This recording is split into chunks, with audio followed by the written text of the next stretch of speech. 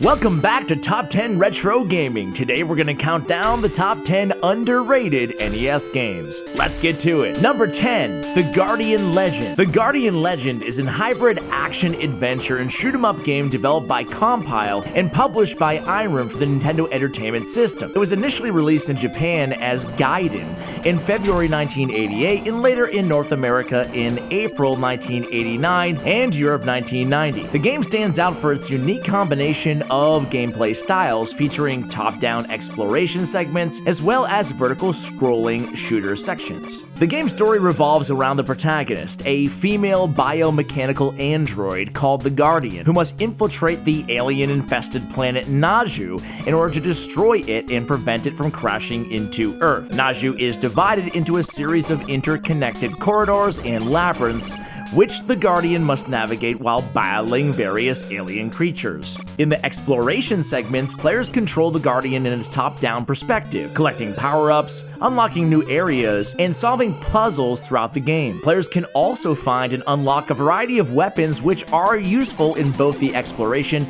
and the shooting sections. Now, the shooting sections are activated when the Guardian enters specific corridors, transforming into a spaceship and engaging in a vertical scrolling shoot-'em-up gameplay. In these segments, players must defeat waves of enemies and challenging bosses to advance. The Guardian Legend received positive reviews for its innovative genre fusion, detailed graphics, and expansive game world. Although it wasn't a commercial blockbuster, the game has certainly gained a cult following over the years. Despite the game's lasting appeal, there has been no official sequels or remakes. However, the Guardian Legend lives on through the efforts of its dedicated fan base, which has created numerous fan-made projects, including remakes, sequels, and tribute games, keeping the spirit of this NES classic alive. Number 9.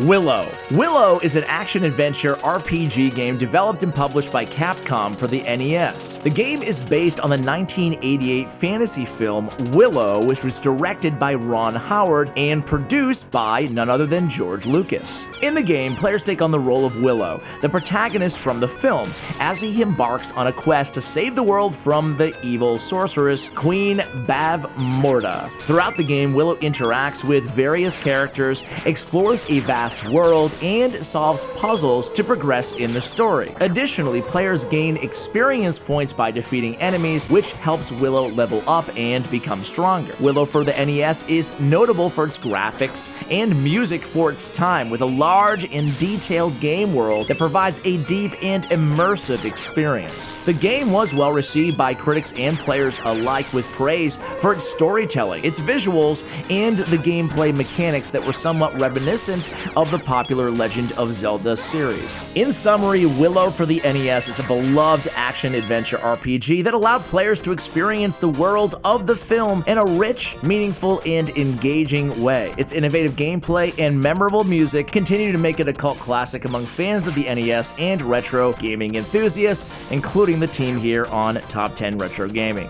Number 8. Little Nemo. Little Nemo, the Dream Master, is a side-scrolling platformer game for the NES developed by Capcom and released in 1990. It's actually based on the comic strip Little Nemo in Slumberland by Winsor McCay, which was first published in the New York Herald in 1905. The comic strip revolves around a young boy named Nemo who embarks on various adventures in his dreams. The game's story follows Little Nemo as he is invited by Princess Camille of Slumberland to a royal party. To attend the party, Nemo has to traverse through various levels of his dreams, collecting keys to unlock the next level. Each level represents a different dream world, and Nemo has the unique ability to befriend and ride on certain creatures by feeding them candy. These creatures grant Nemo special abilities that help him navigate throughout the levels. As the game progresses, Nemo learns the Slumberland is under threat from the evil Nightmare King. In the final levels, Nemo must face the Nightmare King to save Slumberland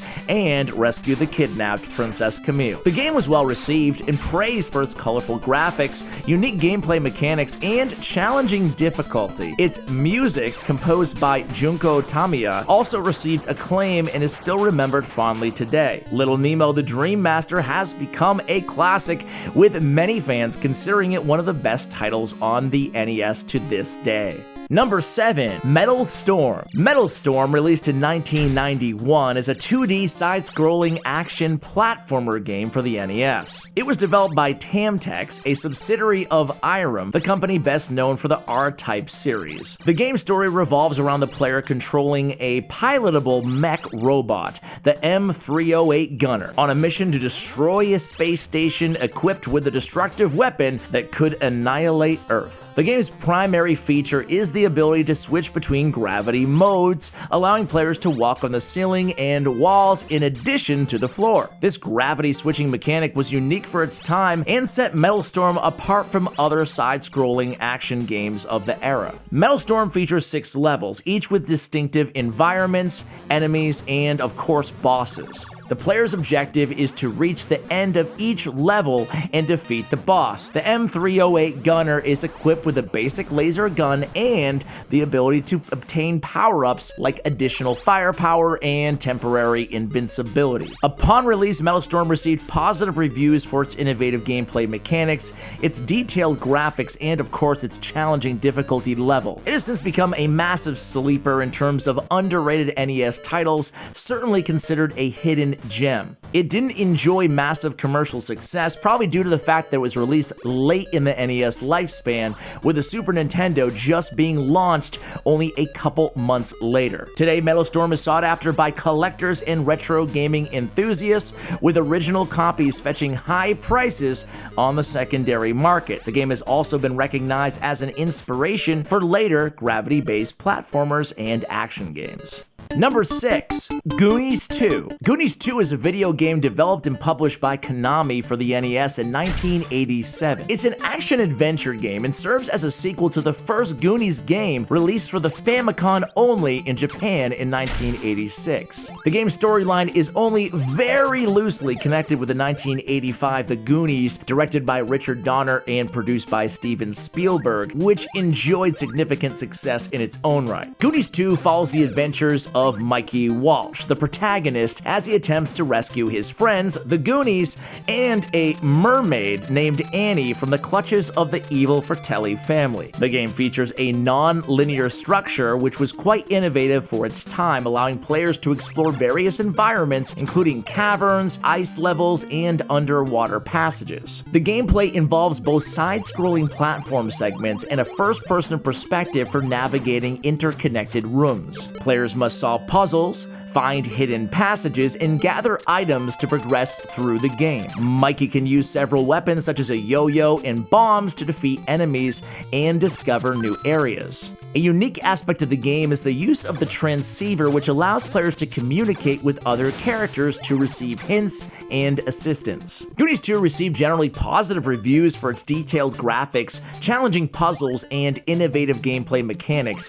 However, some players just found the game a little confusing and too difficult, with really a lack of clear direction, and that could be frustrating for a lot of players. Despite these criticisms, Goonies 2 has maintained a cult following among retro gaming enthusiasts who appreciate its unique features and connection to the beloved film. It's really one of those games you just have to give a shot and kind of power through at first, and eventually you'll probably learn to love Goonies 2 like the team here at Top 10 Retro Gaming. Number 5. Clash at Demon Head. Clash at Demon Head is an action-adventure platformer game developed by Vic Tokai and released for the NES in 1989 in Japan and 1990 in North America. The game stands out for its non-linear gameplay, open-world exploration, and unique art style, which was heavily influenced by Japanese anime. Clash at Demon Head follows the story of Billy Big Bang Blitz, a special operative for the Saber Tigers, who is tasked with rescuing Professor Plum,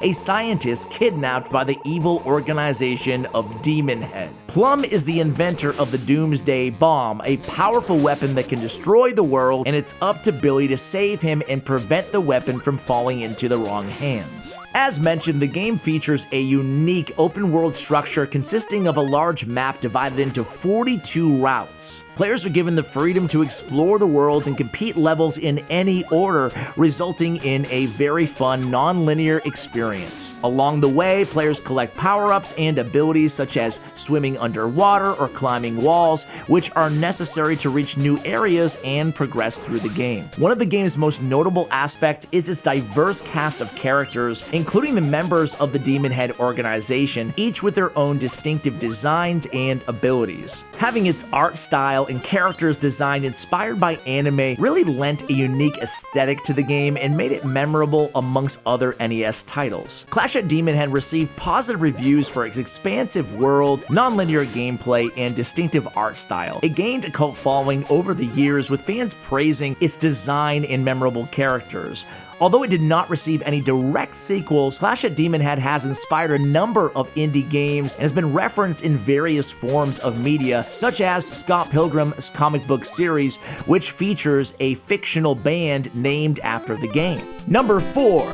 Crystalis. Also known as Godslayer, Sonata of the Faraway Sky in Japan, Crystalis is an action role-playing game developed and published by SNK for the NES. The game is set in a post-apocalyptic world and features a blend of action, adventure, and RPG elements. The story of Crystalis takes place in the futuristic world where civilization has been destroyed by a global thermonuclear war that occurred on October 1st, 1997. The survivors, faced with a devastated world, create a floating tower called Tower to serve as a new home. The protagonist, a hero chosen by the 4 wise sages, awakens from a cryogenic sleep 100 years after the war. The hero embarks on a quest to prevent the evil Dragonia Empire from dominating the world and destroying humanity. The gameplay of Crystalis consists of an exploring an open world, engaging in real-time combat with various enemies, and leveling up the hero by gaining experience points. The hero can wield 4 elemental swords: wind, fire, water, and thunder, each with its unique abilities and spells that are essential for solving puzzles and defeating specific bosses. The player must also acquire various items and equipment to enhance their abilities and progress through the game. Crystalis received positive reviews for its engaging gameplay, graphics, and innovative blend of action and RPG elements. It has been compared to games like The Legend of Zelda and the Final Fantasy series, and over the years it's gained a, you guessed it, cult following and is considered a classic in the NES. Despite its age, Crystalis remains an influential game in the action RPG genre and is remembered fondly by fans of the NES era. Number 3. Kabuki Quantum Fighter. Kabuki Quantum Fighter is an action platformer game developed by Human Entertainment for the NES. It was first released in Japan in December 1990, followed by North America in January of 1991. The game is set in the year 2056, where the Earth's main defense computer has been infected by a mysterious virus. The player assumes the role of Colonel Scott O'Connor, a soldier whose mind is transferred into the digital world to fight the virus from within. O'Connor's digital avatar takes the form of a kabuki actor with long flowing red hair, utilizing an array of physical and projectile attacks to combat enemies and progress through levels. The game's premise and protagonist were both inspired by the Japanese kabuki theater, a classical performing art known for its elaborate makeup and stylized costumes. The gameplay is heavily influenced by other NES titles, particularly Ninja Gaiden and Mega Man, blending fast-paced action with platforming in a distinct visual style. Kabuki Quantum Fighter features 6 stages, each with its own unique setting and assortment of enemies, culminating in a challenging boss battle. The player can acquire different weapons and abilities throughout the game, providing varied combat options and strategic layers of depth. One of the game's most iconic moves is the hair whip attack, where the protagonist uses his hair to lash out at enemies. While Kabuki Quantum Fighter was not a massive commercial success, it gained a strong following due to its unique aesthetics, engaging gameplay, and memorable protagonist. Over the years, the game has been praised for its tight controls, creative level design, and challenging difficulty. Although no sequels or remakes have been released, the game remains a beloved hidden gem in the NES library. Number 2. Bucky O'Hare. Bucky O'Hare for the NES is a 2D action platformer video game based on the animated series and comic book of the same name. Developed and published by Konami, the game was released in January 1992 in North America and later in Europe. Bucky O'Hare follows the story of a green hare who is the captain of a starship called the Righteous Indignation. Alongside his crew members, including Blinky, Deadeye Duck, Jenny, and Willie DeWitt, Bucky aims to save the Aniverse from the evil Toad Empire. The game is set in a colorful sci-fi universe and features engaging gameplay, challenging levels, and a very memorable soundtrack. The game's development began after the successful release of the Bucky O'Hare TV series in 1991. The show was based on the comic book series created by writer Larry Hama and artist Michael Goldman. Konami, already known for the successful NES titles like Contra and Castlevania, decided to create a game adaptation that would appeal to fans of the franchise. Bucky O'Hare for the NES is known for its non-linear level progression, which allowed players to choose from 4 different planets to begin their adventure. As players progress, they can rescue and unlock new crew members, each with its own unique abilities. This feature adds depth and strategy to the gameplay as players can switch between characters to tackle different challenges. The game's difficulty is often compared to that of the Mega Man series, as players must navigate through levels filled with various enemies, obstacles, and challenging boss battles. While not a commercial blockbuster, Bucky O'Hare received generally positive reviews from critics and has become a classic among retro gaming enthusiasts. Number 1. Little Samson. Little Samson is an action platformer video game developed by Takeru and published by Taito Corporation. It was released for the NES in late 1992. The game's development was led by former Capcom employee Akira Kitamura, who is also the creator of the classic Mega Man series. He brought together a team of incredibly talented developers to work on Little Samson, which resulted in extremely high graphics, sound, and gameplay, especially for the NES, pushing the system to its limit. Little Samson's story revolves around 4 heroes: Samson, a human; Kakira, a dragon; Gom, a golem; and Ko, a mouse, who are summoned by the Emperor of the land to save the kingdom from the evil demon Takid. Each character has its unique abilities, and players can switch between them at any time during the gameplay, offering various strategies for overcoming obstacles and challenges you meet along the way. The game's levels are designed with a mix of platforming, puzzle solving, and boss fights, requiring players to utilize the unique abilities of each character to progress. The game is known for its stunning visuals, detailed sprites, and impressive parallax scrolling effects.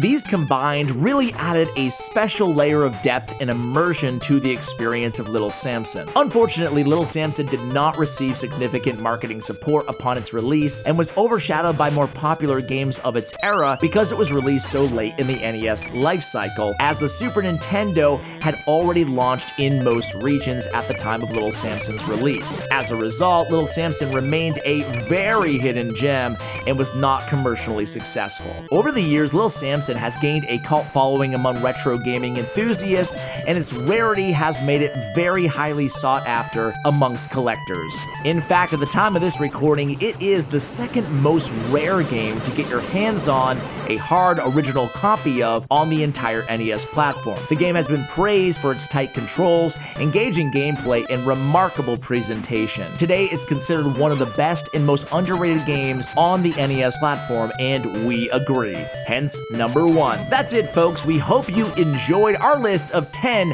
most underrated hidden gems for the NES.